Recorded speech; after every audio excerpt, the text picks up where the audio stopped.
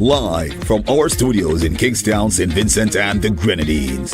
It's your favorite Thursday night show, Up Late with Sion Marshall.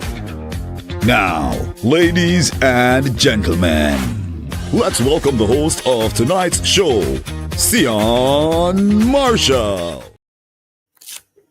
And good evening to everybody for this another Thursday. Today, I believe, is the 10th of April, 2025. It's your favorite Thursday evening show, Up Late with Sion Marshall, and I am your host, Sion Marshall. Let me welcome everybody who has joined and ask you kindly to share the live. All right, please share it so that other people can view it as well. So I'm going to share it now. So let me do that. How do I share? I think I'm doing that first. I do that. There you go. Um, all right. Now, last week, my sister Jill logged on late and tell me she didn't know that I was on. Well, I mean, how would you not know that I'm on? I fixed my tie and so on. And yeah, a much better shot tonight than I had last week. So by the way, I'm in St. Vincent now, as you know, and the mugs are available. So if you're interested in getting yourself an Uplift with Sion Marshall mug as a regular view of the program, you can purchase one. They're cheap, $25, right? So just let me know, and we can organize you getting your very own Uplift with Sion Marshall mug so that you can use when you are viewing the program. Or generally speaking, you could take it to work, put it on the desk at work, and that'd be fine. I have no problem with that at all. And everybody will ask you, that's a nice mug. Where did you get that mug? And you can tell them, well, I watch Uplate with Sion Marshall every Thursday at 9 p.m. and he has mugs. You understand? So that would work for me. Now, just by way of announcements, on Sunday, we begin or we bring back on air the program Sunday SETI. And this Sunday, I would have Richard Byron Cox with me and Anthony Denny because next Tuesday, Richard would be having a reading of his new book, The Story of Pauline Bramble. And this will be taking place at the University of the West Indies campus here in Richmond Hill.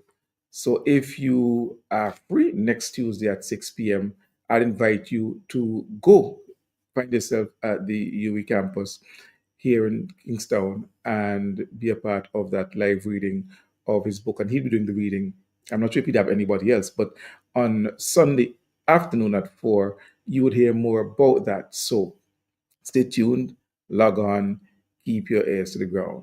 All right. So that's this Sunday, the relaunch of Sunday Setting. Now, please feel free to post your comments and your questions. I have somebody behind the computer now. I have somebody behind the switchboard, so now I don't have to worry about it. I can just focus on talking with you and focus on my guest. And this evening we have a special guest. This evening we'll be talking the Vinci Premier League, the VPL, now in season 6. You wouldn't believe that, eh? It seems just a few years ago we had the launch of that exciting competition that features uh, local cricket teams, local youngsters, with a few regional players as well, and bringing real excitement to cricket lovers here in our country. This afternoon, it launched. It started on Monday, but this afternoon I had the opportunity of seeing a game. The Fort Charlotte Strikers played the Grenadines Divers, and if anyone knows me well, they know I am a Divers fan. And this afternoon, Divers won comprehensively, beating the Fort Charlotte Strikers by I think 7 wickets or something like that. So it was quite an exciting game. Richard and I were there, and I'm telling you, Richard was person to watch cricket with. Was person to watch cricket with Richard. Hit the man on the park. Hit the man on the park. I would love to see him bat now. I would love to see him bat, but that's another story. So this evening, my word, this afternoon, we would be having with us the lead person for that competition, Mr. Kaschaka Cupid. Kashaka will join us very soon, and when he does, we will talk about Vinci Premier League. We'll talk about the evolution of Vinci Premier League. We talk about where it's going, and some insights as to that competition, and possible, whether or not there is room for expansion and growth and so forth of the competition. So that's this evening, that's tonight, right here on Uplift with Sion Marshall, Mr. Kaschaka Cupid. He would be joining us, and we would be talking Vinci Premier League. I believe we have Kashaka here in the back room, so let's bring him into the studio, and let's say good afternoon, good evening to Kashaka as we discuss the VPL this evening. Good evening, brother Marshall. How you doing? Good evening I to am the doing well, viewers online. Kashaka. I'm doing very, very well. Thank you so much for joining. I know you must have had a hectic evening because I know you were there. I saw you there as I was part of the second match. So I know you had a hectic evening. So I want to thank you so much for joining our program this evening and being a part of Up Late with Sion Marshall. Yes, it's wonderful to be here. I didn't know you had a podcast program, but it's Hmm, good to be here. Especially to discuss the VPL, which is the current event that is actually trending in St. Vincent and the Grenadines, the current sporting event. And absolutely. as we all know, VPL is a local event which has been hosted by the St. Vincent and the Grenadines Cricket Association for the last number of years. We're actually into our sixth edition, and we have witnessed a fairly large gathering at the Annisville playing field for the last 3 days. The tournament started on April 7th, Monday, and we have seen, in comparison to previous editions, we have seen an increase in the turnout for the initial stage of the tournament thus far, which is a good sign, and it shows that the Vincentian sporting community has been excited because VPL had an extended break due to various factors and reasons. One being the our hosting of the T20 tournament, the T20 World Cup last year, and because we hosted that event, we were unable to actually host our annual Vinci Premier League, our VPL. So fans are excited, players are excited, and there's the energy is increasing daily from everyone who has had an active role in getting this VPL organized and started to the public.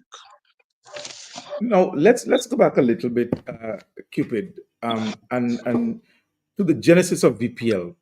What was the idea behind VPL? I remember you said, well, I know we are in this sixth edition. I was there from edition one. I was even there during COVID.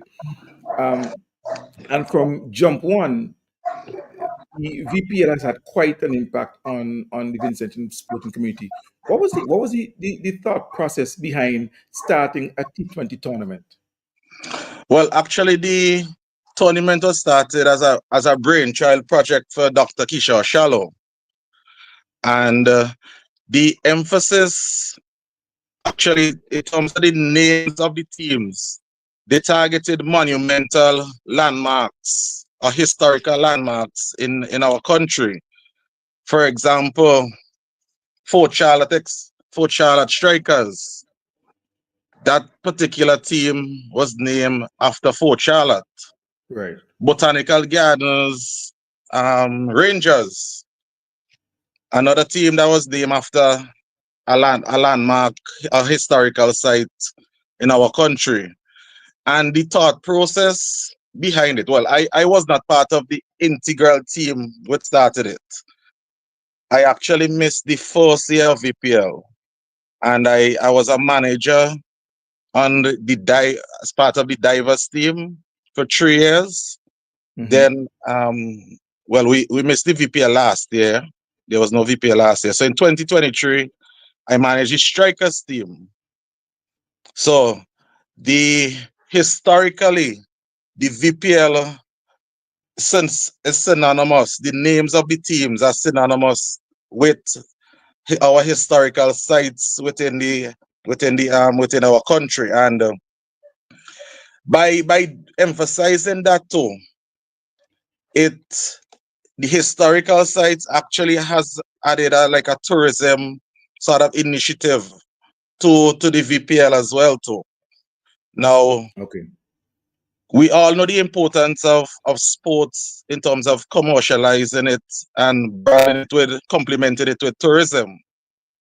And over the years, the VPL, we have actually added an additional feature to it because we started, I think, with probably just local players, and we have enhanced it or improved it with the addition of several West Indian players and foreign players as well too. Yes. Because Yes. currently we have a name such as Carlos Brathwaite. We all know the impact Carlos had on the T20 World Cup in India. I think it's in 20, when he demolished Ben Stokes. So having somebody like a Carlos Brathwaite come to St. Vincent, be part of the tournament, enhances our VPL brand. Because VPL has been a growing brand over the years, and due to the fact that foresight from the Shalom, the brand has been enhanced every year. So this year we're planning. The intention is to improve on our existing brand and build on it, and I think we have achieved that thus far. So the VPL actually the names are synonymous with his historical sites as within our someone country. from North Leeward, I'm happy that that dark view is Mhm. featuring among the names of the Yes, teams in the that view VPL. explorers. So and so that's really good for me. And so, which brings me to a question I've been pondering over Mhm. the years. There has been the development of playing fields across the country that have hosted Windward Island under 19 games and so forth, regional Correct. tournaments Hmm. with names like Dark View, for example, and with the twins from Sandy Bay also featuring prominently in the teams. Is there any plan to expand and possibly take games outside of Arnesville to utilize those facilities that we have in Park Hill and in Cumberland, proper facilities, so that rural communities can also be part of this exciting competition? No, that's a very interesting question. So let me reverse to last year. Now we as most persons may know, Dream 11 is our official partner. Commute Marketing, they're our official sponsor. And during our planning stage for last year's tournament, we recognize we were hosting the T20 World Cup, and the Annisville playing field was closed during that period prior to the matches in the World Cup. So during that window, because between April and May, that's the general window for which we host VPL. Right. Now we were in discussions with Dream 11 to host the VPL at an alternative venue.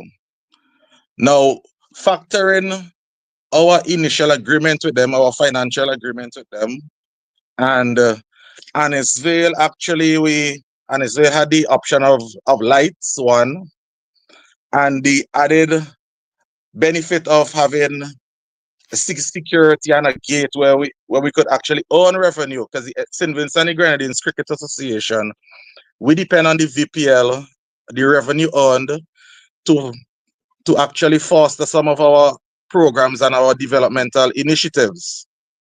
So we are heavily dependent on the VPL and other touring teams. For example, when West Indies and other teams tour and have games in at the Annisville playing field. Now we were in discussions, and Park Hill, for example, we discussed the possibility of having games there, but there were a number of factors which were heavily deterrent. One, the St. Vincent and the Grenadines Cricket Association, we would not have earned any revenue from gate proceeds. And historically, the VPL has done extremely well in terms of viewership and audience for the final game, the final weekend per se. Right. So that revenue actually enhances the VPL, our revenue. And because we were not able to host it in Annisville, that was a heavy deterrent. The Cumberland playing field was looked at as well, and that facility was not attractive for us as well too. So we had two alternatives, but from a financial point of view, for a financial decision making, it was not, I would say, plausible. It was not economically plausible for us to really host the tournament outside of our main facility. That begs the question now, if the Annisville playing field is occupied for an extended period, we have no alternative really to really host a tournament of this magnitude, because the VPL, it must be streamed live, and there are other features that we would need, which only Annisville can accommodate presently. Mm-hmm. So there are other alternatives, other facilities within our country that need to be developed. Also, from a viewership, because we're getting accustomed to lights now, from an from an audience point of view, a spectator standpoint. We're interested in having a little lime after work, and playing under lights facilitates that opportunity for a number of, especially working class. The working class has the option, for example, on a Friday night, a Friday evening, with the lights being available at Annisville playing field.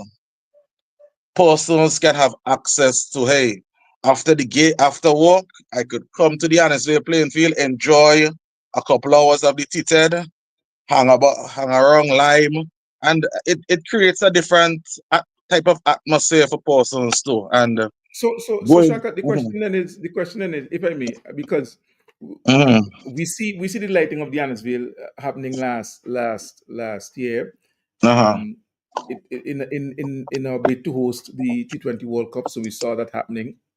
Uh, we see Calico playing field is lit as well. Is the yes, is the is the Cricket Association, and I know there are other um, sporting bodies. areas that Mhm, are interested as well.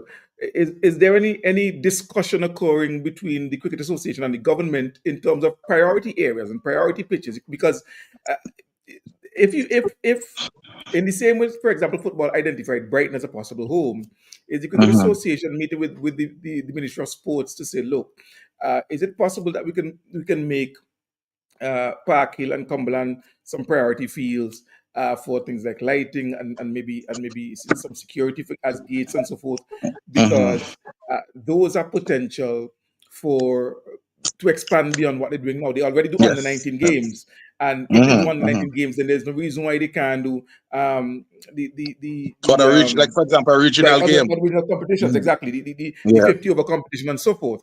So yeah. is there any discussion occurring between the Cricket Association and the Ministry of Sports, the government, to identify priority fields for that type of development as we go forward? Especially Um, now when the Cricket Association can say, look, as an example, VPL, it's doing really well. We are drawing in revenue. mhm, It's a tourism product that we can use. yep, And yep. if we expand it and send some games in Parkhill and some games in Mhm. uh in in Cumberland, in Cumberland, then yeah. that can really help the development of the And sport. you actually, they're in, because more actually, if you look at the our youth programs too, the majority of persons who comprise of the national youth teams, they're from either the far end of the windward side of the country, or the far end of the leeward side of the country.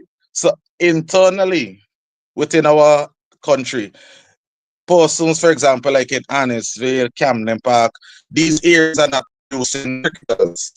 So the interest really is on those parts or those areas of the country. Now, to go back to your question, I have been a member of the Cricket Association for nearly 2 years. I am currently the first vice president. And to date, there has not been any formal discussions between the Cricket Association and the Department of Sports and Ministry of Sports. If there is one, I am not privy to such details.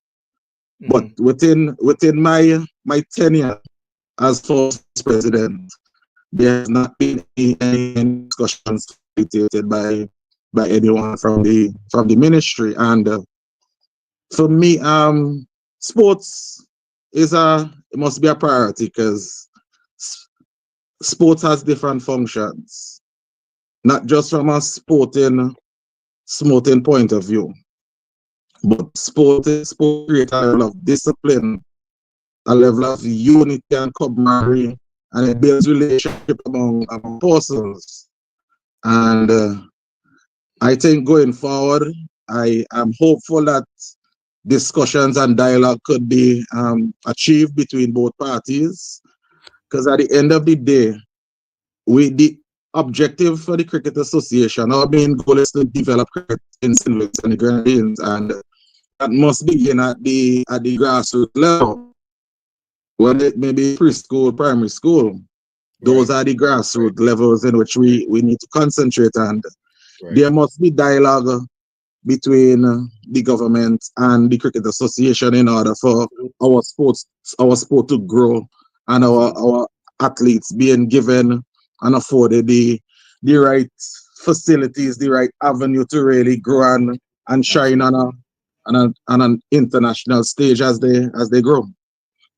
Because we see where dialogue, we see what dialogue can do. We see dialogue between WICB, the president Kishore Shallow, the government of St. Vincent and the Grenadines, and the government invested millions into upgrading Annisville, putting in lights. We see what dialogue has done with Brighton and football. Yes. So I am absolutely sure that once the footballing disciplines, once the sporting disciplines, inclusive of football and so forth, we see what has happened with them gymnastics. Now there's the Dolphin gymnasium. We see what has happened with swimming. There's the Shrewsbury pool. So we've seen where dialogue between the sporting disciplines and the Ministry of Sports, the government, has borne fruits. And so I have no doubt with pretty decent facilities already existing in Cumberland and in Parkhill, those can be identified as priority facilities where you can now talk about lighting to some extent and security. So that, because I'd really love for Spring Village and Chomoka and Coleshill and so forth to go to Cumberland playing field and watch some cricket and similar Parkhill as well. You're advocating a lot for the leeward side, man. I'm from Chattabele, just in case you missed it. Okay. Well, I could understand the focus. Exactly, right? Yeah. And I mean, when you look at the talent, Bertram Stapleton, from way back then and so on. And now you have Allen. Keswick and so exactly Ian Allen and so on. Now you have Keswick, but Keswick is standing on the shoulders of a number of very serious stalwarts, sports cricketers. Yeah, Mike Finley to name another too. Exactly. Yeah. Now, in terms of crowd participation, Cupid, how has it grown comparatively from when we started to now? I mean, I know most of the matches are happening during the day, and maybe you can explain to our viewing audience why that is the case. That matches start at 9:30, 10:30, depending, and 2 o'clock. And so during that time, people are at work and so on. But I know that on the weekends and Sundays, there's a much serious support for cricket down at Annesville. But how has the overall spectator support grown over the Mhm. years? Okay. Now, as I mentioned earlier, the okay, we're into our we just completed our third day of the tournament, Yes. VPL 6, and we were amazed on day one of the tournament. Because generally speaking, there are not many people who turn out for the first day of an event, and VPL is a two week event. So not many persons turn out daily, especially during the first week. And throughout the editions of VPL, because as I mentioned, this is the sixth edition, the crowds or the spectators, they have grown exponentially during this period. Now, there's a particular reason why we have to begin during the day, which obviously may not be conducive for a number of, especially the working class. Now, our title sponsor, the Dream 11, which is from India. So the difference in the time zone creates the issue in terms of the structure and the time in which we have to start our games. Now, we generally begin at 12 p.m., right? And India is about, I Eight don't know how, hours, eight, nine the hours. exact number of hours they are ahead of us, I think it's but about 8 or 9. I think probably about eight eight. or Yeah, I nine. think it's eight Yeah. hours. Yeah, I think it's 8 hours. So when the game starts at 12-hour time, it's actually 8 hours ahead in India.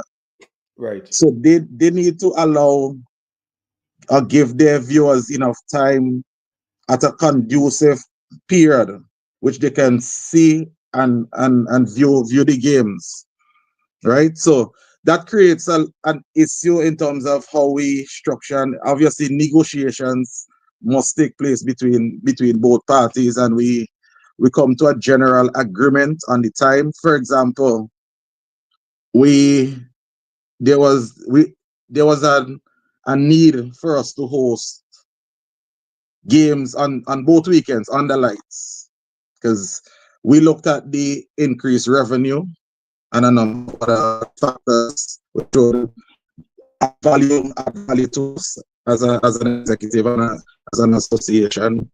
But our time frame did not coincide with what was attractive for Dream 11. So there was a compromise that we had to seek in order to ensure that both parties were both parties had the same basically value added to them during our negotiations. So the final weekend, which would incorporate Friday, well, Good Friday, Saturday and Sunday, we would host our matches under the lights at the Annisville playing field. And Oh, this is an fantastic. exciting feature because back in my cricketing days, I never had the opportunity of playing under lights. Right. Well, as you probably might know, I'm a former national cricketer too. But Okay. Didn't know that. the well, back in my day, lights was not an added feature to the game in the Caribbean. I think Australia and those developed countries would have had, and England would have had lights at that stage. But the lights creates a different impact, not just on players, but on spectators and other stakeholders who are involved, interested in the game. And I mean, as a as a cricket enthusiast, even an administrator, I myself, I am excited to have the opportunity to really go out there and showcase talent.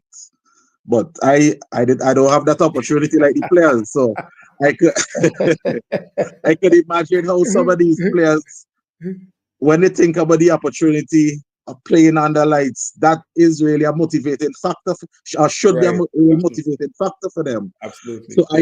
I Yes. hope some of them are listening to me tonight, and they're actually inspired, because they have a lot to prove to the Vincentian public, and we know our Vincentian public is not easy to please.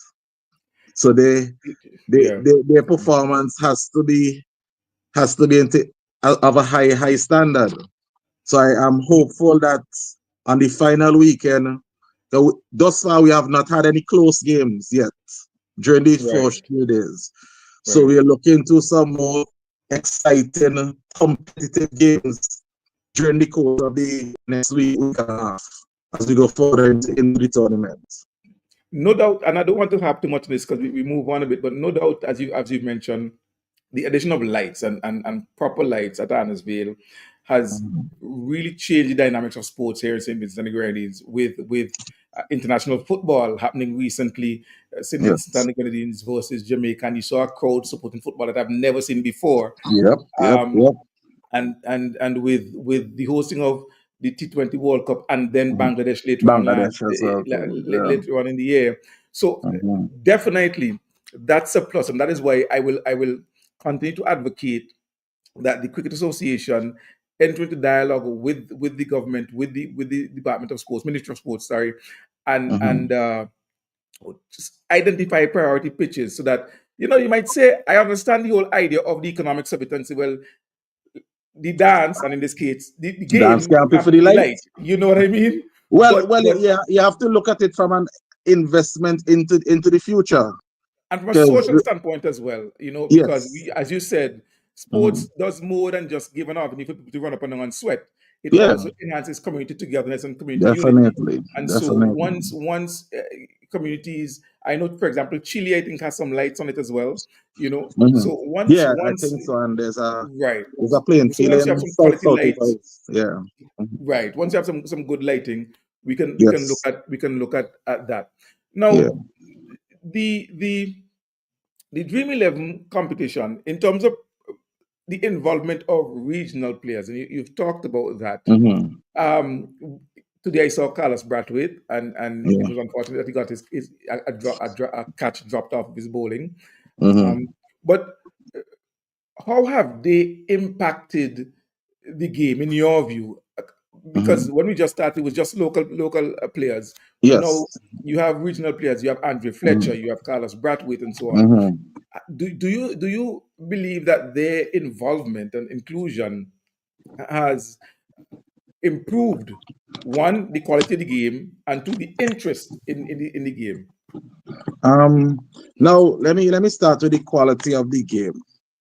Now, Carlos is a very, and you mentioned Fletcher. These are, for example, two guys or two professionals who have played at the highest level, and I aspire to play at the at the At at the the masters international level. level at one point, Oh, okay, okay. right? And as a youth player coming through the ranks, and in order to get to the highest level, you must have a significant amount of quality.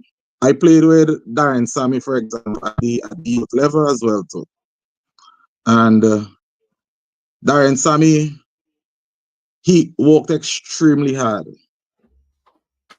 to complement his talent, and these guys, they're extremely talented, but they have a very serious work ethic to complement their talent. If you look at, Mhm. for example, other sports as well too. If you look at in football, the Messis, the Ronaldos, the Mbappes, Vinicius, and the Lewandowski and these guys. These guys not only they are not only talented, but they work extremely hard. Now, with the added value of having a Carlos Brathwaite or Andrew Fletcher as part of a local team, the quality of the competition is enhanced or improved. And other players, for example, they get to learn from from these former West Indies players as well too. So there, in terms of their technique, the way in which they approach the game, because cricket is no longer about your ability, your technical ability, and you must be able to assess the game, analyze situations, and think critically, and that is extremely important. And having these guys in a dressing room and having conversations with them and having them talk about their own experiences at especially at the international level can only benefit our young players because they're in terms of the structure and composition of our VPL teams in the past, it that is one feature we had to revert on this particular season. But there was an opening for developmental player coming through the ranks, a youth player. Unfortunately, the under 19 team is currently in Grenada. So these players, they would not benefit from having a Carlos Brathwaite and Andrew Fletcher on as part of their dressing room setup because they are national duty at the under 19 level. So these players bring a lot of value, not just to the tournament holistically and for our spectators, but also to our players. Having their presence alone creates a buzz because last year I was the manager for strikers in which Carlos Brathwaite was a part of, and I mean knowing Carlos's exploits on the cricketing field and being his manager and sharing a dressing room with him and having conversations and dialogue with him. You learn so much as a human being too. So these guys bring a lot of value to our tournament, and it is my hope that we continue to enhance our VPL product by attracting quality players. And Keswick has been very instrumental in this too, from a recruiting standpoint. Okay. So kudos to Keswick. And I also noticed that we have Obed this time around. But I Oh have to yes, take a quick break. Cupid. So just stick no around with us a problem. little bit more. We chat a little bit more. I know Yes, I yes, said yes. to you 20 minutes, but and we're going over. But the discussion That's is really fine. great, That's and I'm fine. sure individuals are enjoying discussion. So we're going to take Yeah. a quick break for a commercial, and when we No come back, problem. we continue with our discussion. Don't forget, Okay. ladies and gentlemen, we are chatting with the first vice president of the St. Vincent and Grenadines Cricket Association, Mr. Kaschaka Cupid, lead person for the VPL tournament, and we're discussing tonight everything VPL. Don't worry, we'll be right back. From the Bahamas to Guyana and from New York to Mumbai, the critics have proclaimed him a master storyteller. In the words of German sociologist Andrew Schluter, Dr. Richard A. Byron Cox writes in the class of greats like James Baldwin, Toni Morrison, and Alex Walker. Distinguished Cuban writing diplomat Oscar Ramos Oliva agrees, emphasizing Byron Cox makes us travel as Shakespeare did to the depths of the human soul, while British writer Lisa Levy declares Richard A. Byron Cox is a talented writer who paints a vivid mural of Caribbean life, and Her Excellency Andrew Bowman bestows on him the title Our Storyteller Par Excellence. Indeed, reviewers from every continent have paid homage to the brilliance of the writings of this our Vincentian son.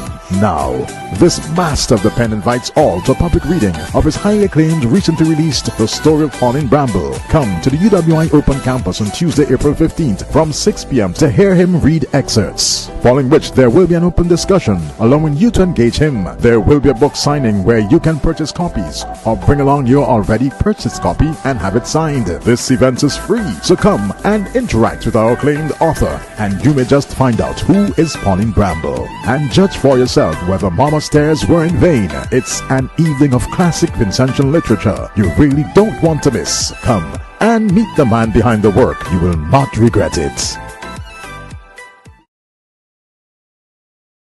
And welcome back.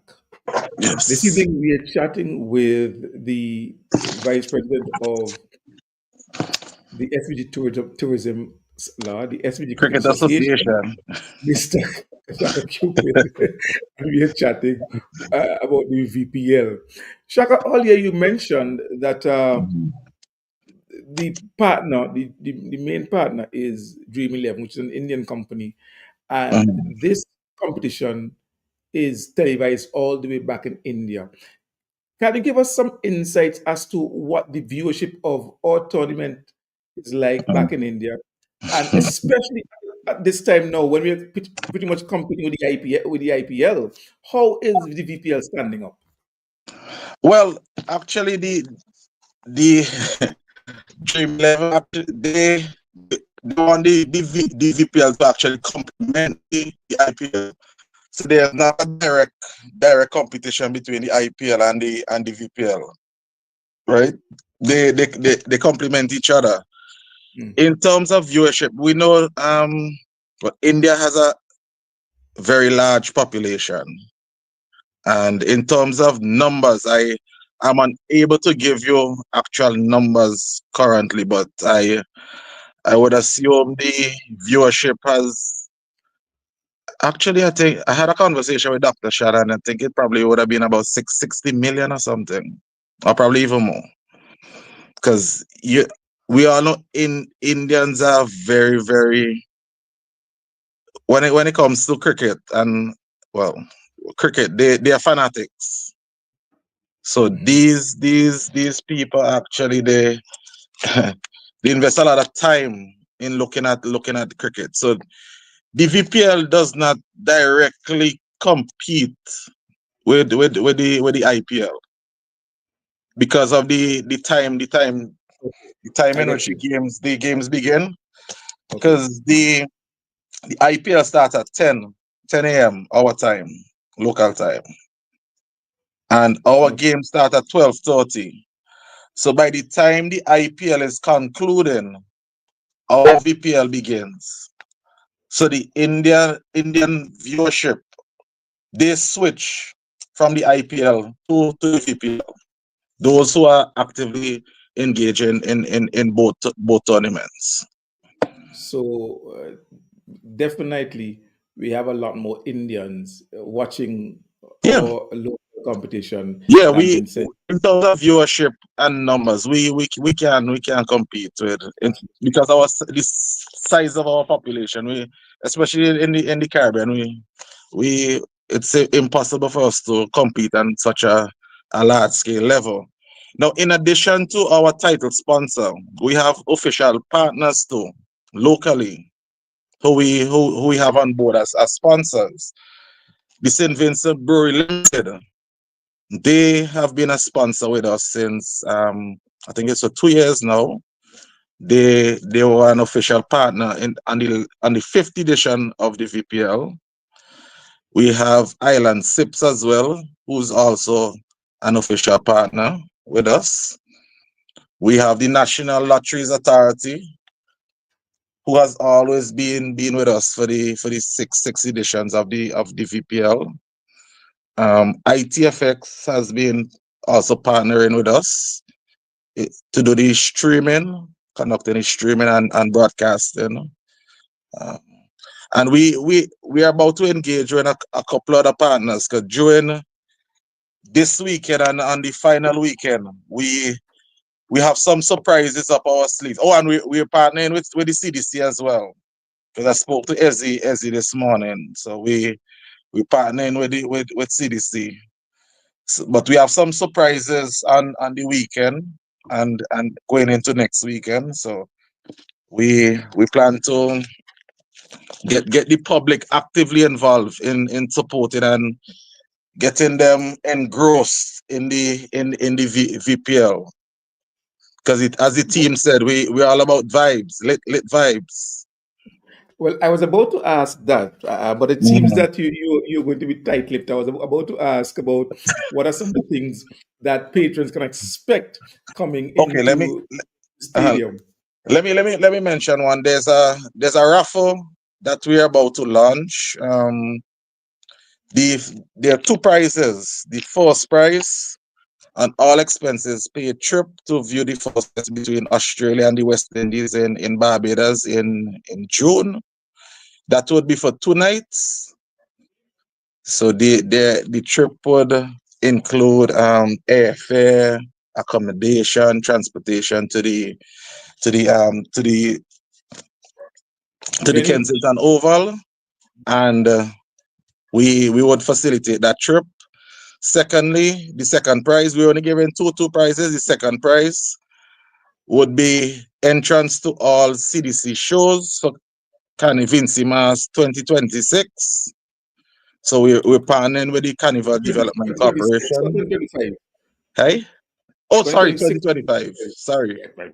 Next year ticket you're giving me. Oh Lord, boy. I think you in advance, boy. I jump in I'm the telling you. I am telling you. something else on my mind. Those That's are, why.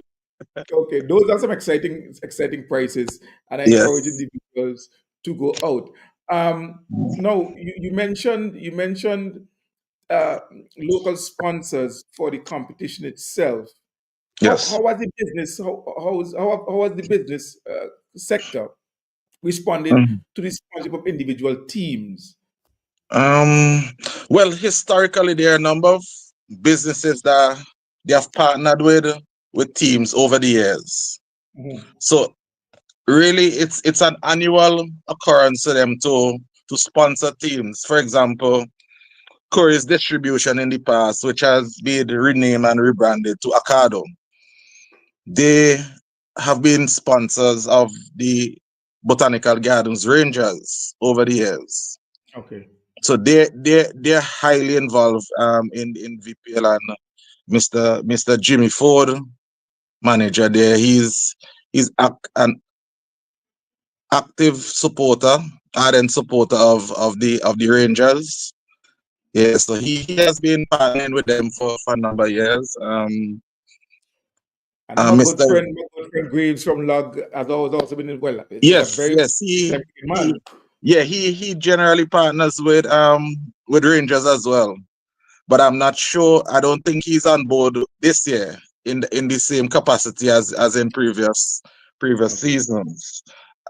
Yeah, looking for another sponsor who has been really active over the years. So, But no doubt. Since I mean, you're searching for sponsors to come to mind. mhm, No doubt, there is room for local business community to get involved with the VPL more actively, more engaged, because the competition is growing.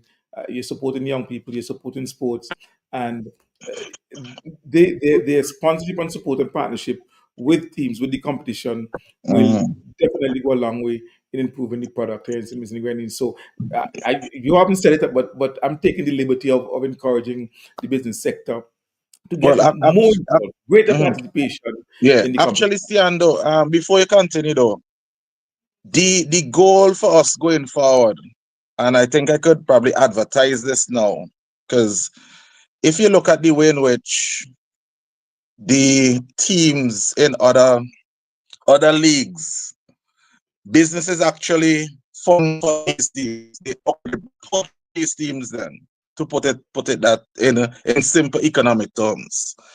So going forward, the intention of the Cricket Association would be to partner with the business community to advertise these businesses, these teams at a cost, and the funds that are generated, they go back into the development of cricket, Right, right? Not just the team's benefit, but we're looking at it from a developmental standpoint.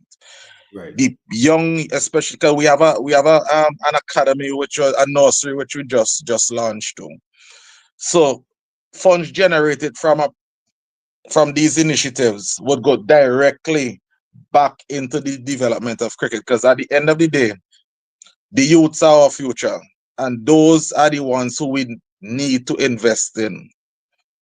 Absolutely, Yeah. absolutely.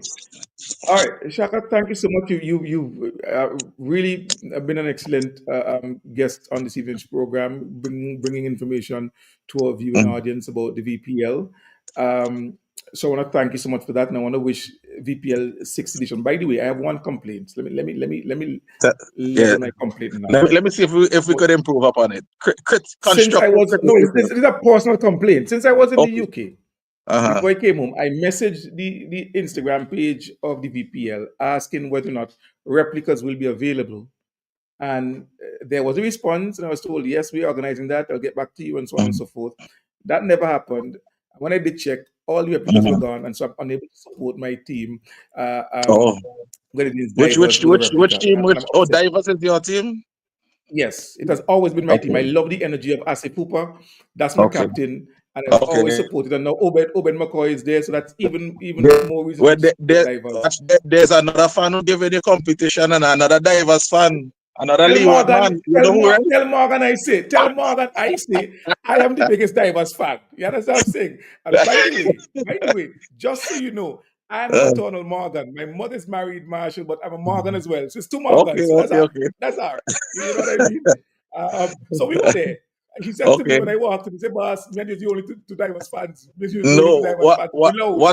You know? what you should have done, see, and try to get in touch with somebody and the Cricket Association, because the orders would have gone through directly through the association too. But Yeah. I I'm gonna share beg Obed for I the old share shot. your I'm gonna beg Obed concern. for the old shot. That's all right. I'll beg Obed for the old shot. You give me one. But That's all right. No I problem. have I have couple diver shorts there, though, but they're gonna be too big for you. They they can't fit. I believe so. I believe so. I believe they're gonna be too big for me. Yeah. You know. But Yeah. let me thank you so much for coming on, and I really wish the competition well going forward. I'm looking forward to next weekend as well on the lights. Yes. Yes. Any final words, Cupid, before you go? Let me. I just want to encourage the viewing the public to come out in their numbers next weekend and during the course of the tournament generally.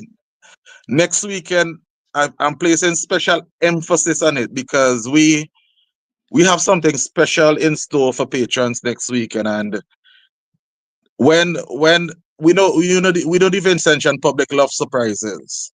So the surprises would not be displayed unless you come and participate and be an active supporter. Because there are a number of supporters who come to the games and they express themselves the Vinci way. So we're expecting a lot of entertainment next weekend and a lot of vibes. And VPL creates a different type of atmosphere for the public. And our intention is to enhance our product every year, and spectators can look forward to an exciting and an impactful weekend come Easter weekend next weekend when the VPL concludes. So just for clarity, Cupid, the Mhm. lights begin on Friday night or Saturday night. Friday night. Friday night. We're working on some alterations to the first game, but we will keep the public informed about any changes that are due to take in effect. All right. Well, Shaka, So let me thank you so much for joining and wish you all the best. Wish the SVG Cricket Association and the VPL 6th edition all the best. Thank you all so right, much. thanks. All right. Blessings. From the Bahamas to Guyana and from New York to Mumbai, the critics have proclaimed him a master storyteller. In the words of German sociologist Andrew Schluter, Dr. Richard A. Byron Cox writes in the class of greats like James Baldwin, Toni Morrison, and Alex Walker. Distinguished Cuban writing diplomat Oscar Ramos Oliva agrees, emphasizing Byron Cox makes us travel as Shakespeare did to the depths of the human soul, while British writer Lisa Levy declares Richard A. Byron Cox is a talented writer who paints a vivid mural of Caribbean life, and Her Excellency Andrew Bowman bestows on him the title Our Storyteller Par Excellence. Indeed, reviewers from every continent have paid homage to the brilliance of the writings of this our Vincentian son.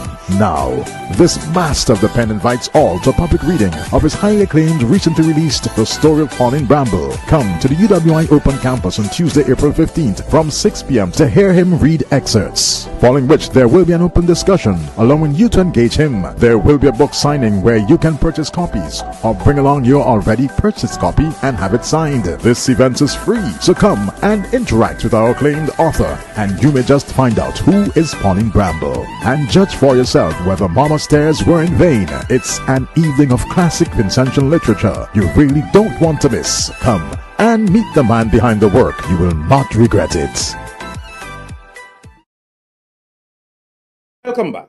And I just said you'll find out whether or not Mama's tears were in vain. For Richard, any mama who cry over Richard, mother, okay, I want it done. Anyhow, don't forget, next Tuesday at the UE Open Campus in Richmond Hill, St. Vincent, Kingstown, there will be that public reading of the books, The Story of Pauline Bramble and When Mama Stays in Vain, both written by Richard Byron Cox.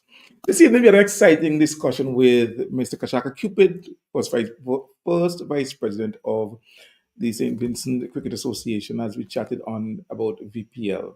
As I said, I went to a game this afternoon, my first game, saw the Divers play the Fort Charlotte Strikers and won. Wasn't a close game. It was a comprehensive win by Divers, and I congratulate him. By the way, I must say, Paul Gans of ITFX has continued to produce phenomenal work with the VPL, and he must be congratulated. I remember the very first one.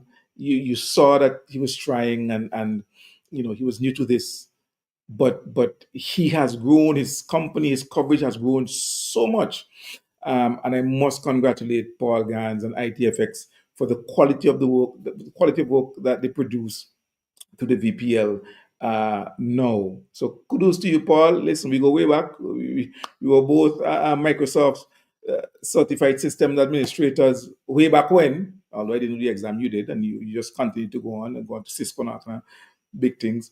But you've really grown. You really produce quality work, and congratulations to you on that one. Hey, this is where we come to the end of the program for this another Thursday evening, Up Late with Sean Marshall. Remember, I was told by my assistant, my director, because I'm the producer, I was told by my director I need to speak slower. So if I spoke a little bit too fast for you, my apologies. And that is kind of rich coming from a director who speaks really quickly, but that's another story. Don't forget, you can get your mugs. All you need to do is reach out to me, DM me, whether on Facebook or on Instagram. Let me know that you want an Uplate with Sion mug, and we can arrange to have it done so that you can take it to your office. You can have it on your desk, or you can just have it at home to drink your favorite beverage, hot or cold. They are Up Late mugs, and they are available. Also, I'm just being reminded that I should remind you that on Sunday, we would have our program Sunday SETI. That program begins at 4, and we would be chatting with Dr. Richard A. Byron Cox, and we'll be talking about his book reading on Tuesday. Anthony Denny would also be joining us on that program. So please look out for that and tune in. And always, I remind you to share it when you log on. Until next week, when we are back with you with another edition of Uplift with Sean Marshall, let me thank you so much for joining us and for making this program exactly what it is. Until then, good night.